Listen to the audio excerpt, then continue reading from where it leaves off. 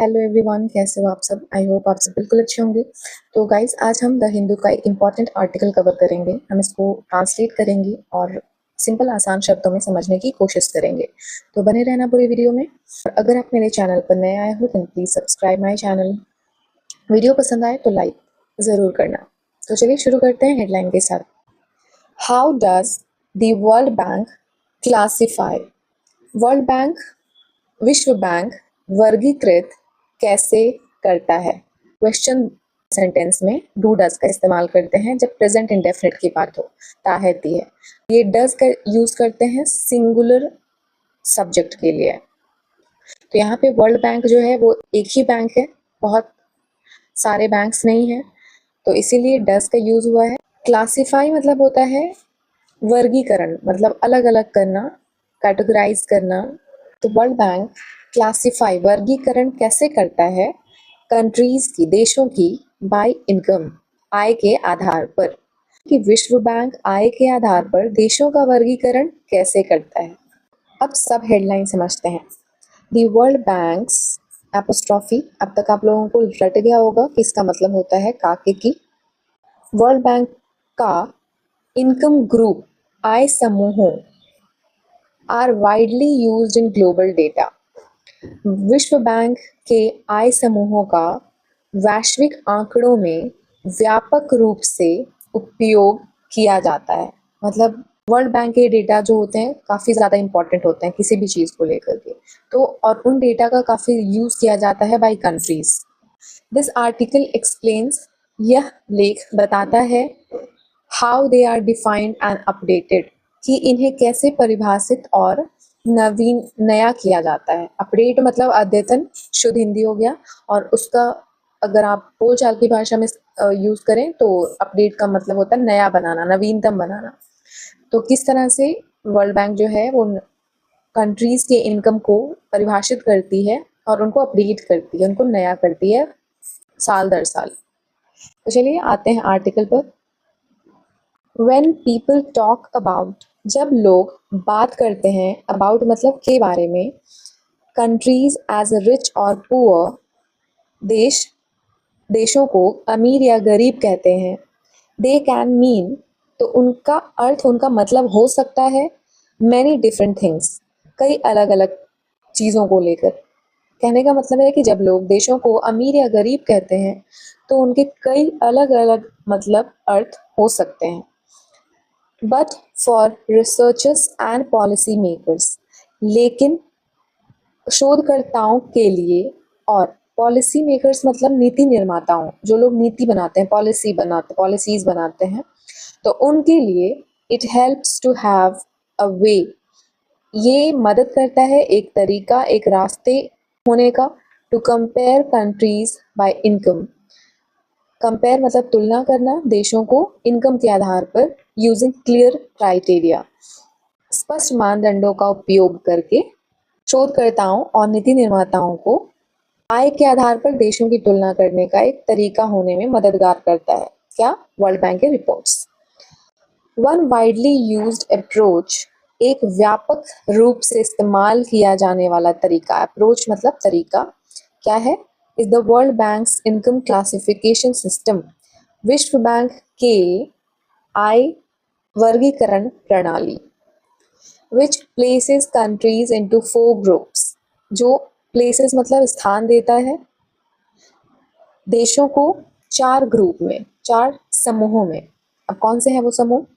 Low low lower middle, upper middle and high income countries. मतलब एक कुछ देशों को लो इनकम कंट्रीज में डालती है, किसी को लोअर मिडिल में, then upper middle, and last one is high income countries. जो सबसे ज़्यादा अमीर देश होते हैं उनको हाई इनकम कंट्रीज में, और जो पुअर कंट्रीज होती हैं, गरीब देश होते हैं, उनको लो इनकम कंट्रीज में डाल दिया जाता है, and that's how it works. Every year, प्रत्येक वर्ष, दी वर्ल्ड बैंक असाइंस, विश्व बैंक शामिल करता है या देता है, देखो ताहती है, एस लगा है ना वर्ब के साथ, तो प्रेजेंट इंडेफिनिट शो कर रहा है, ताहती है कि विश्व बैंक शामिल करता है इच कंट्री, प्रत्येक देश को, टू एन इनकम ग्रुप, एक आय समूह में, on it's gross national income per capita. तो अब क्लियर होता है कि ये जो 4 ग्रुप्स हैं, इन ग्रुप्स में वर्ल्ड बैंक कैसे किसी देश को डालता है, तो वो डिपेंड करता है उस देश के ग्रॉस नेशनल इनकम, सकल राष्ट्रीय आय, जिसको जीएनआई भी कहते हैं, प्रति व्यक्ति मतलब पर कैपिटा के आधार पर। सारे देशों में जीएनआई निकाला जाता है अपने देश का, तो उनके आधार पर वर्ल्ड बैंक उनको low, lower middle, upper middle, higher income में क्लासिफाई करके इंक्लूड करता है अकॉर्डिंगली। अब देखते हैं जीएनआई होता क्या है। तो gross national income GNI per capita is a major, एक माप है ऑफ द एवरेज इनकम, औसत आय का, ऑफ अ कंट्रीज रेसिडेंट्स, उस देश के निवासियों का, की रेसिडेंट मतलब निवासी जो वहां रहते हैं, और कंट्रीज कंट्री के निवासी। तो प्रति व्यक्ति जीएनआई किसी देश के निवासियों की औसत आय का एक माप है। तो आप इसके डेफिनेशन को भी याद रखना। इंक्लूडिंग इनकम, जिसमें इनकम शामिल है, that is earned abroad. Yes, ये भी इंक्लूडेड होगा कि उसमें ऐसे आय भी शामिल होंगे, ऐसे इनकम भी शामिल होंगे जो अब्रोड में अर्न किए जा रहे हैं, कमाए जा रहे हैं। कहने का क्या मतलब हुआ कि मान लो कि इंडिया के कुछ लोग अमेरिका में काम कर रहे हैं, ठीक है, तो वो जो भी अर्न कर रहे हैं, मतलब जो इंडिया के सिटीजन्स हैं, वो जो भी चीज़ें, जो भी जितने भी पैसे अमेरिका में अर्न कर रहे हैं, उसको भी हम इंडिया में जब ग्रॉस नेशनल इनकम निकाला जाएगा तो उन इनकम्स को भी काउंट किया जाएगा। जहाँ भी हमारे नेशनल्स के थ्रू अर्निंग की जा रही है, उन सारी इनकम को ग्रॉस नेशनल इनकम में काउंट किया जाता है, either within territory or outside the territory. I hope it's clear. Since countries report GNI in their local currencies, चूंकि देश अपनी स्थानीय करेंसी में, स्थानीय मुद्राओं में जीएनआई की रिपोर्ट करते हैं, मतलब वर्ल्ड बैंक को रिपोर्ट्स देते हैं, तो अगर इंडिया से भेजा जाएगा तो रुपीज में दिया जाएगा। द वर्ल्ड बैंक कन्वर्ट्स, तो वर्ल्ड बैंक कन्वर्ट करता है, परिवर्तित करता है दीज फिगर्स, इन आंकड़ों को, इनटू यूएस डॉलर्स, यूएस के डॉलर में, अमेरिकी डॉलर में उन आंकड़ों को परिवर्तित करता है using exchange rates. Exchange rate कहते हैं, जैसे आपने सुना होगा कि $1 बराबर होता है 85 रुपीज अप्रॉक्स। तो it then places countries in one of 4 income groups based on specific thresholds.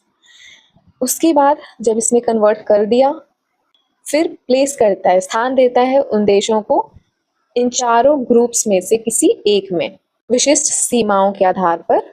Threshold मतलब कहते हैं सीमा, गेट, द्वार, लिमिट।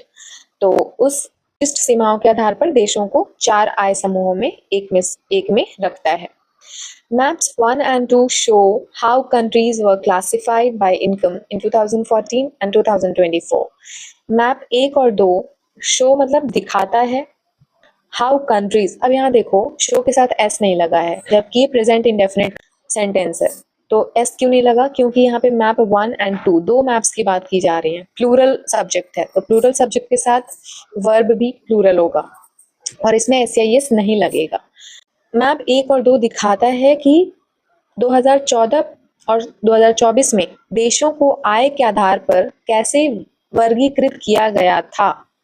देखते हैं मैप 1 और 2। मैप 2014 का है, countries classified by income in 2014। अब किस इनकम ग्रुप को कौन सा कलर दिया गया है वो यहाँ लिखा गया है। जो डार्क पर्पल है वो लो इनकम कंट्रीज, जिसमें इंडिया भी शामिल है, 2014 की बात हो रही। फिर लाइट पर्पल या पिंक कह low, lower middle income.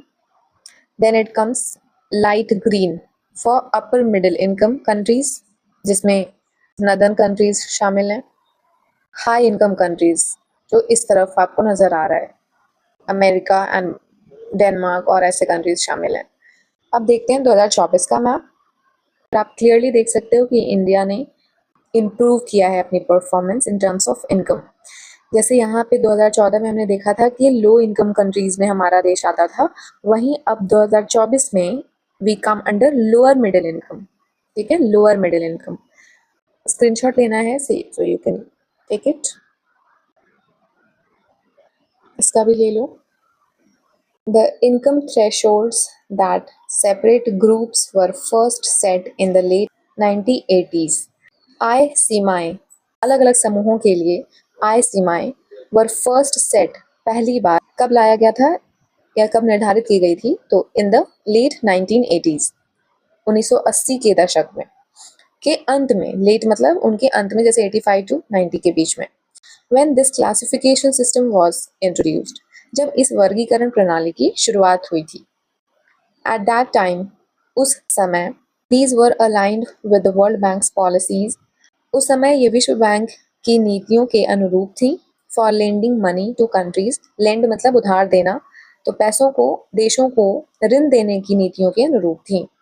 The bank used average incomes, bank मतलब वर्ल्ड बैंक ने यूज किया था, मतलब इस्तेमाल किया था एवरेज इनकम्स, औसत आय के आधार पर, टू डिटरमाइन, ये निर्धारित करने के लिए, which countries were eligible for concessional loans, कि कौन से देश रियायती ऋण के लिए एलिजिबल हैं, योग्य हैं, पात्र हैं। कंसेशनल लोन क्या होता है, तो लोन जिसमें कुछ छूट दी गई हो, कंसेशन दिया गया और डिस्काउंट दिया गया हो। फॉर एग्जाम्पल इंटरेस्ट रेट कम कर दिया जाएगा। वर्ल्ड बैंक है वो उन कंट्रीज को एलिजिबल देखती थी जिनको कंसेशनल लोन दिया जा सकता है, और वो एवरेज इनकम कंट्रीज होती थी, आधार पर वर्ल्ड बैंक डिसाइड करती थी। This threshold for receiving such loans, such loan मतलब ऐसे लोन, ऐसे ऋण प्राप्त करने की यह सीमा, बिकेम द बाउंड्री, सीमा बन गई, between low income and middle income countries, निम्न आय और मध्यम आय वाले देशों के बीच। द बैंक देन एडेड, इसके बाद बैंक ने और क्या जोड़ा, 2 more thresholds to allow for further distinctions, 2 और सीमाओं को, टू अलाउ फॉर फर्दर, आगे की विभाजन के लिए या आगे की डिफरेंसेस, अंतर। और यहाँ से फिर लो इनकम और मिडिल इनकम के बीच में डिवीजन हुआ। बाद में वर्ल्ड बैंक ने 2 और थ्रेशोल्ड को इंट्रोड्यूस किया, जो कि और ज़्यादा क्लियर डिफरेंस शो कर सकता था कंट्रीज के इनकम के बीच में। दीज वर चोजन, इसको चुना गया था। अब दीज वर चोजन, ये पैसिव सेंटेंस है सिंपल पास्ट का। इनको चुना गया था based on the distribution of countries incomes, उस समय देशों की आय के वितरण के आधार पर चुनी गई at that time, rather than on lending rules, न कि ऋण देने के नियमों पर। अब उनके इनकम डिस्ट्रीब्यूशन के आधार पर उनको डिवाइड किया गया। टुडे, आज, the thresholds are no longer linked to the world bank's operations, आज सीमाएं बैंक के परिचालनों से जुड़ी नहीं है। बैंक्स ऑपरेशंस मतलब बेसिकली बैंक किस तरह से चलती है, उनके rules regulations, but they have been updated, लेकिन उनको अद्यतन या उनको नवीनतम किया जाता है yearly, to account for inflation, उनको अपडेट किया जाता है प्रत्येक वर्ष मुद्रास्फीति को ध्यान में रखते हुए। अब ये इन्फ्लेशन क्या होता है, सप्लाई कम हो और डिमांड ज़्यादा हो तो प्राइस बढ़ जाता है, ये हम सब जानते हैं। इसी को इकोनॉमिक टर्म में इन्फ्लेशन कहते हैं। मांग ज़्यादा हो और सप्लाई उतना नहीं हो पा रहा है, तो जो भी चीज़ें होंगी उस पर प्राइस बढ़ा दिया जाएगा ताकि लोगों की डिमांड कम हो जाए, और वही इंक्रीजिंग प्राइस को इन्फ्लेशन कहते हैं। इसी इन्फ्लेशन को ध्यान में रखते हुए हर साल अपडेट किया जाता है वर्ल्ड बैंक के डेटा को। नीचे लिखा है, this adjustment is based on a measure of global inflation, ये समायोजन आधारित है माप पर, किसके माप, ऑफ ग्लोबल, वैश्विक मुद्रास्फीति के आधार पर ये समायोजन, ये सारी एडजस्टमेंट आधारित है। दिस मीन्स दैट, इसका मतलब है कि द क्लासिफिकेशन इज एब्सोल्यूट, कि इसका वर्गीकरण बिल्कुल पूर्ण है, निरपेक्ष है। Countries are put into groups, देशों को समूहों में रखा जाता है, अकॉर्डिंग टू, के अनुसार, प्री डिटरमाइंड थ्रेशोल्ड्स, पहले से या पूर्व निर्धारित सीमाओं के अनुसार, and A countries placement depends on only on it's GNI per capita, और किसी देश का स्थान केवल उसकी प्रति व्यक्ति सकल राष्ट्रीय आय पर निर्भर करता है, not on how it stacks up relative to other countries, न कि इस पर कि वह अन्य देशों की तुलना में किस स्थिति में है। स्टैकअप का मतलब होता है बेसिकली ढेर लगाना किसी चीज़ का, लेकिन इस सेंटेंस में इसका मतलब होता है कि किस स्थिति में है दूसरे देशों की रिलेशन में, तुलना में। The thresholds for the latest income groups are, thresholds मतलब सीमाएं, for the latest income groups, नवीनतम आय समूहों के लिए क्या है, in the US dollars, low income के लिए। अब देखो ये जो सीमाएं हैं, ये थ्रेशोल्ड्स जो है वो यूएस डॉलर्स में दिखाई जाएंगी। लो इनकम के लिए 1135 मतलब $1135 या उससे कम। लोअर मिडिल इनकम के लिए है $1,136 टू $4,495, मतलब 1136 से $4,495 के बीच में लोअर मिडिल इनकम, जिसमें इंडिया आता है। हालांकि आप गूगल करोगे तो इंडिया का को अपर मिडिल इनकम में शो करते हैं, but as per this article you can clearly see this. Then it comes upper middle income 4,496, मतलब इसके बाद से $13,935, जिसमें चाइना आता है। High income comes more than 13,935, which is way more higher. आगे देखते हैं। If a country's GNI per capita crosses a threshold, यदि किसी देश की प्रति व्यक्ति सकल राष्ट्रीय आय एक सीमा पार कर जाती है, मतलब इसमें से कोई भी एक थ्रेशोल्ड को पार कर गई, it moves into a new income group, तो ये एक नए आय समूह में प्रवेश कर जाएगा या चला जाता है। कहने का मतलब अगर India comes under lower middle income, तो मतलब हम इतना $4,495 के डेटा को पार कर जाते हैं, then we will consider under upper middle income. ठीक है। इन द फॉलोइंग अपडेट, मतलब आने वाले अपडेट में, जैसे इस साल का जो डेटा दिखाया गया उसके बाद अगले साल उसको अपडेट किया जाएगा, उसको नया बनाया जाएगा, तो उसमें हमारा नाम किसी दूसरे ग्रुप में होगा as per our performance in income distribution.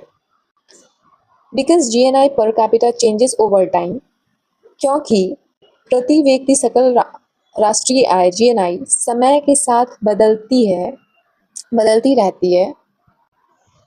And thresholds are revised annually, और सीमाएं सालाना मतलब प्रत्येक वर्ष संशोधित होती हैं।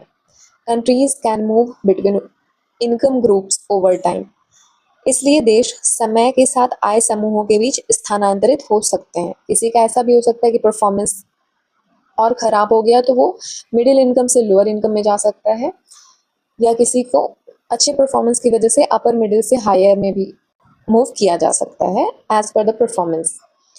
These movements may reflect real changes, ये परिवर्तन जो है वो मे रिफ्लेक्ट, मे मतलब सकता है, रिफ्लेक्ट दिखा क्या, रियल चेंजेस वास्तविक परिवर्तन इन इनकम, इन मतलब आय में, ये परिवर्तन आय में वास्तविक चेंजेस को दिखा सकता है।